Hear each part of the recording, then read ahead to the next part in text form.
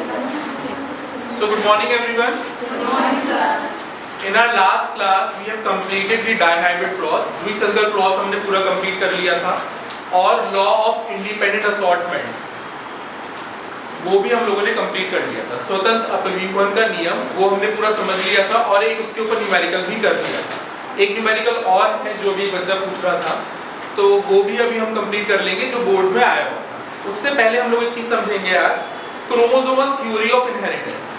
जो आज का टॉपिक है वो हमारा क्या है, क्रोमोसोमल थ्योरी ऑफ इनहेरिटेंस, जहां पर हम ये देखेंगे, हिंदी में इसको बोलते हैं क्या, वंशागति का गुणसूत्रीय सिद्धांत, कि कैसे कर हमारे गुणसूत्र जो क्रोमोसोम है और जो हमारे जीन्स हैं जिनको मेंडल से पहले उन्होंने क्या कहा था, कारक, वो कैसे कर एक साथ चलते हैं, उनका जो इनहेरिटेंस है, वंशागति है, वो एक जैसी है, वो हम देखेंगे।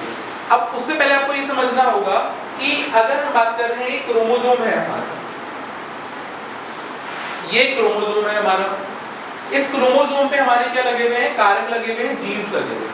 और आप इसको ऐसे करके समझ सकते हो कि ये क्रोमोसोम है और एक ये क्रोमोसोम है। ये कैसे क्रोमोसोम है हमारे, होमोलोगस। ये क्लास 11 में हम लोगों ने डिस्कस करा था, ये हमारे कैसे क्रोमोसोम है, होमोलोगस और समजातीय क्रोमोसोम। ठीक है, समजात क्रोमोसोम।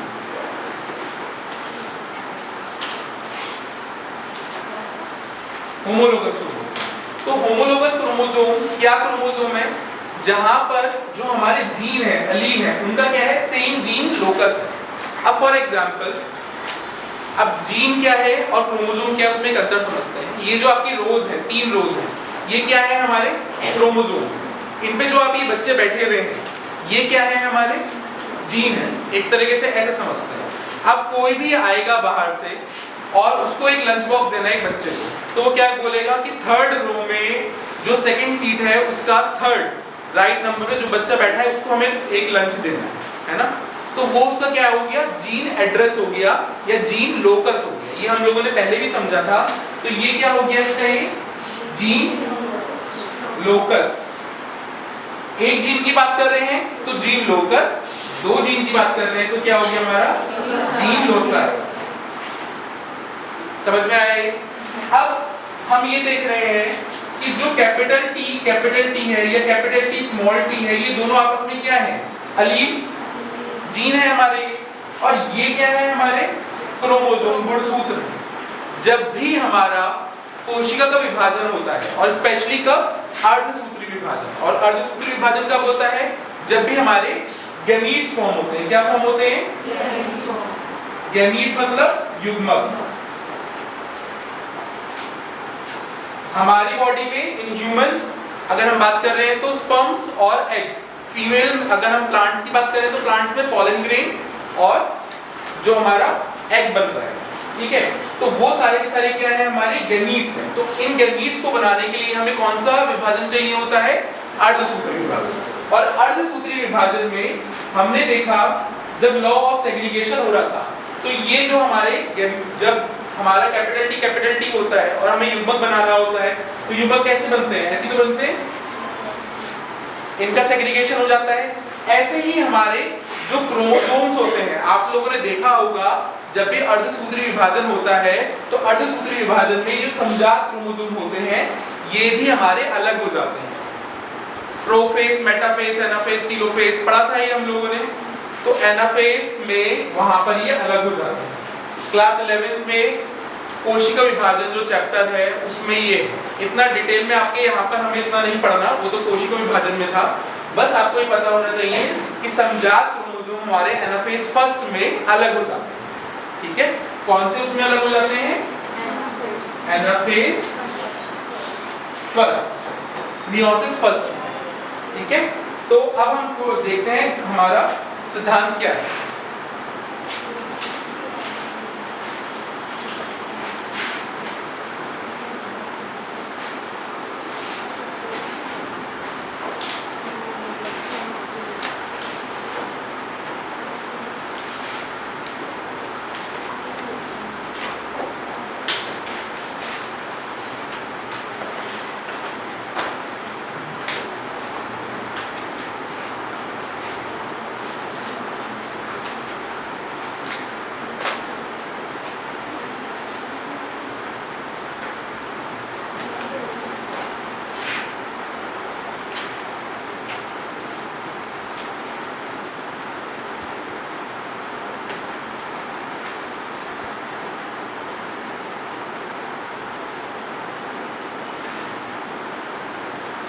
ये किसने दिया था हमारे को क्रोमोसोमल थ्योरी?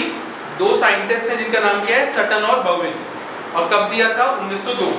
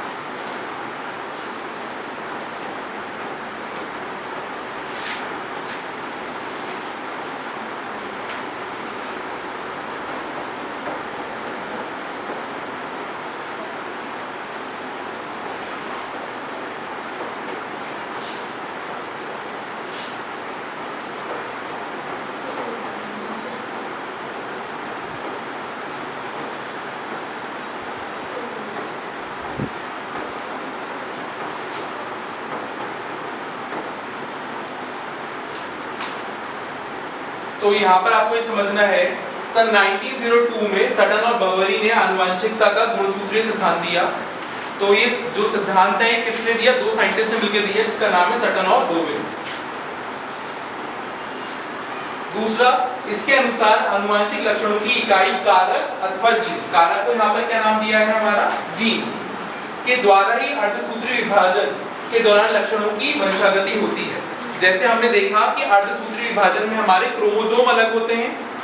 अगर हम अर्धसूत्री विभाजन को देखेंगे, मियोसिस को देखेंगे, तो मियोसिस में हमने देखा है कि क्रोमोसोम कैसे कैसे कर अलग होते चले जाते हैं और उससे हमारे चार जो हमारे गिमिट्स बनते हैं उनमें कैसे कैसे क्रोमोसोम आते हैं, बिल्कुल आधे आते हैं। फॉर एग्जांपल मेरे पास 46 हैं, तो अगर हम स्पर्म या एग बनाएंगे तो उसमें कितने कितने आएंगे? 23। और जब फर्टिलाइजेशन होगा, निषेचन होगा, दोनों मिलकर फिर से 46 को रीस्टैब्लिश कर लेंगे। तो यहाँ पर यही बताया गया है, जब भी आनुवंशिक लक्षणों का हमारा वंशागति होती है, आनुवंशिक लक्षणों की वंशागति होती है, तो अर्धसूत्री विभाजन में क्रोमोसोम की तरह जीन का भी क्या होता है? जीन भी वैसे ही जाते हैं जैसे हमारे क्रोमोसोम का विभाजन होता है। ठीक है।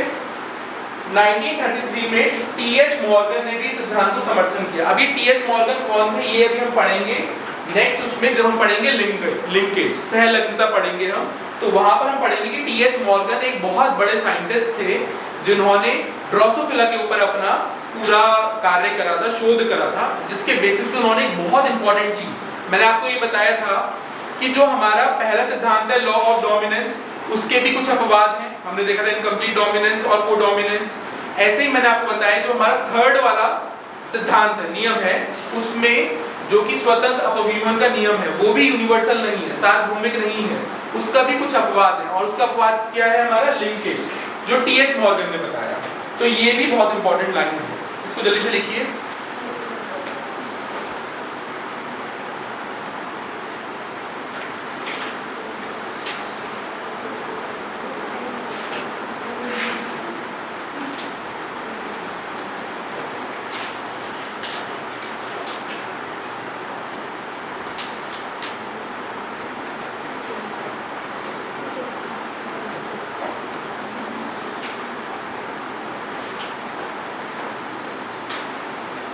अब हम जो हमारी क्रोमोसोमल थ्योरी ऑफ इनहेरिटेंस है, उसके हम मुख्य फीचर्स देखते हैं। अगर एग्जाम में आता है तो आपको 2 लाइनें वो लिख के आनी है, और उसके बाद ये जो फीचर्स हैं इनको आपको समझा के आना है।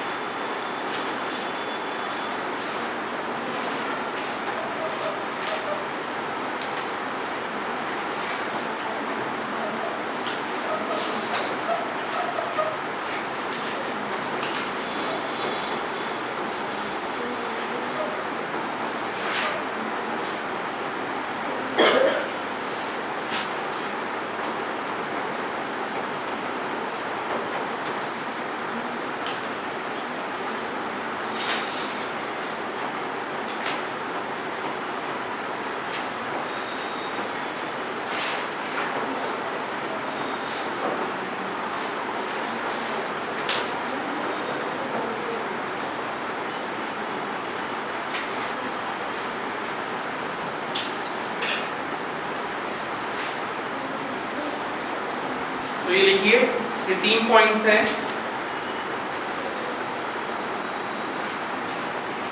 सबसे पहला पॉइंट ये है द्विगुणित कोशिकाएं। द्विगुणित मतलब डिप्लॉयड। तो डिप्लॉयड सेल्स में से गुणसूत्र एवं कारक जोड़े में पाए जाते हैं। तो ये आपको पता ही है, ये हमारे जीन्स और हमारे क्रोमोसोम कैसे हैं, हमारे जोड़े में पाए जाते हैं। होमोलोगस क्रोमोसोम और हमारे जीन्स दोनों जोड़े में पाए जाते हैं। कारक वर्ड इसलिए लिख रहे हैं क्योंकि मेंडल ने कारक बोला था, जीन बाद में बेटसन ने दिया वो सब चीजें।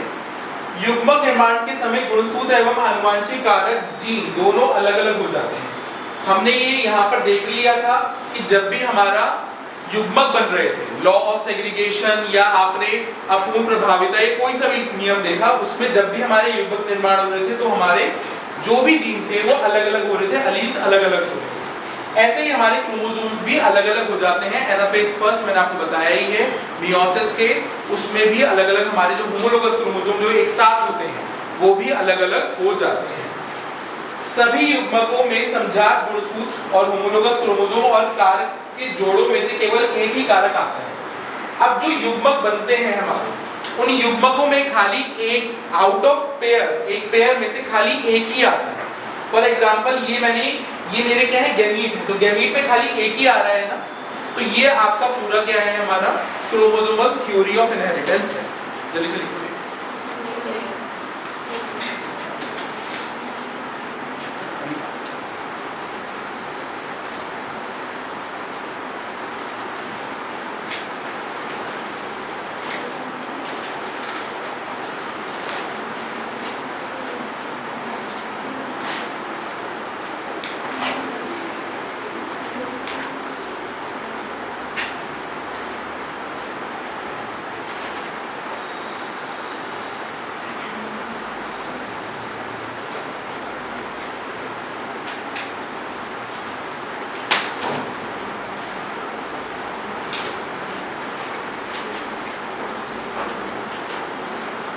ये टेबल आपके एनसीईआरटी में बनी हुई है कि जीन और क्रोमोसोम का अगर हम व्यवहार देखते हैं, अगर हम उनका नेचर देखते हैं तो उनमें कैसे कैसे करके चीजें होती हैं। तो वो आपको टेबल बना रखी है और फिर एक नीचे क्वेश्चन दे रखा है कि ए और बी टेबल में ये बताइए कि जीन कौन सा है और गुणसूत्र कौन सा है। तो वो आप देखिए,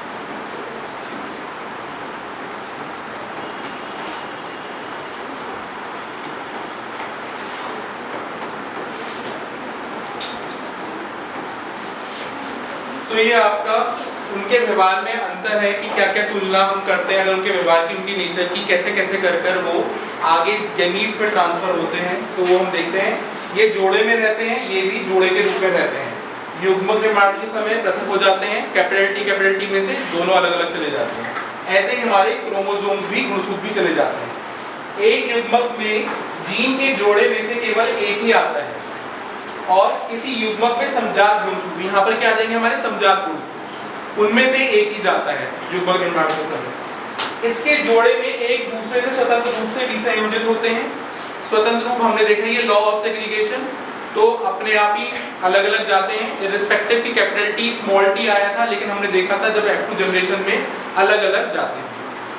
अलग अलग गुणसूत्र के जोड़े भी स्वतंत्र रूप से विसंयोजित होते हैं, ये भी वैसे ही जाते हैं, लेकिन यहाँ पर हमारे क्या जाते हैं समजात क्रोमोसोम जाते हैं। जल्दी से लिखिए।